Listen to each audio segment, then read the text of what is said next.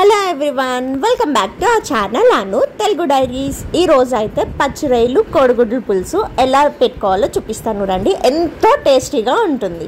First అయితే బాండీలో oil వేసుకుని, ఆయిల్ వేడైన తర్వాత బాయిల్డ్ ఎగ్స్ని ఫ్రై చేసుకోవాలి. ఉప్పు పసుపు వేసుకుని, ఓన్లీ ఎగ్స్కి సరిపడినంత ఉప్పు మాత్రమే వేసుకుని ఫ్రై చేసుకోవాలన్నమాట.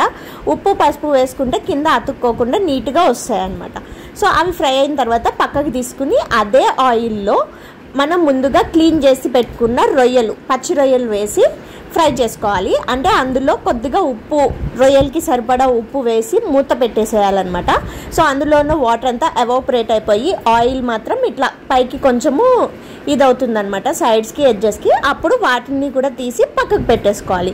ఇప్పుడు సేమ్ అదే ఆయిల్లో, ఇంకా ఆయిల్ ఏం యాడ్ చేయాల్సిన అవసరం లేదు. అదే ఆయిల్లో ఉల్లిపాయలు, పచ్చిమిర్చి, అల్లం వెల్లుల్లి పేస్టు, ఇప్పుడు కూరకి సరిపడా ఉప్పు వేసుకోవాలి. మనం ఆల్రెడీ ఎగ్స్ ఫ్రై చేసుకున్నప్పుడు సాల్ట్ వేసుకున్నాము, రొయ్యలు ఫ్రై చేసుకున్నప్పుడు సాల్ట్ వేసుకున్నాం కాబట్టి చూసుకుని కూరకు సరిపడా సాల్ట్ వేసుకుని అల్లం వెల్లుల్లి పేస్ట్ వేసుకుని మగ్గించుకోవాలి.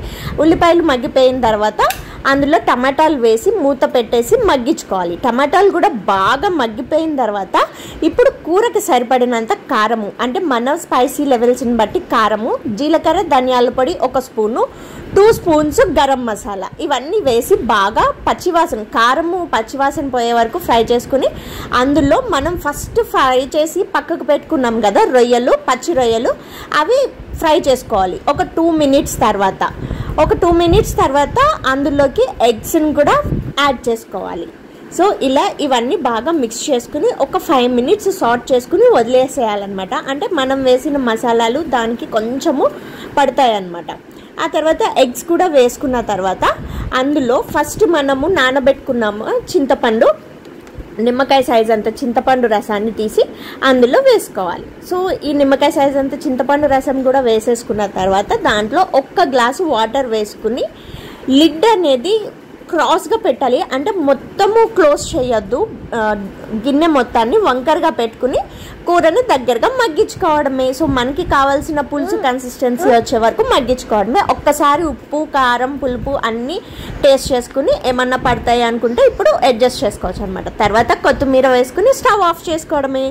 అంతే, ఎంతో టేస్టీగా ఉండే పచ్చి రొయ్యలు కోడిగుడ్ల పులుసు అయితే రెడీ అయిపోయింది. ఇది రైస్, రోటీ, చపాతీ అండ్ జొన్న రొట్టెల్లోకి కూడా చాలా టేస్టీగా ఉంటుంది. If you like this video please subscribe and please like, share, comment and subscribe to my channel Anu Telugu diaries and please press the bell icon.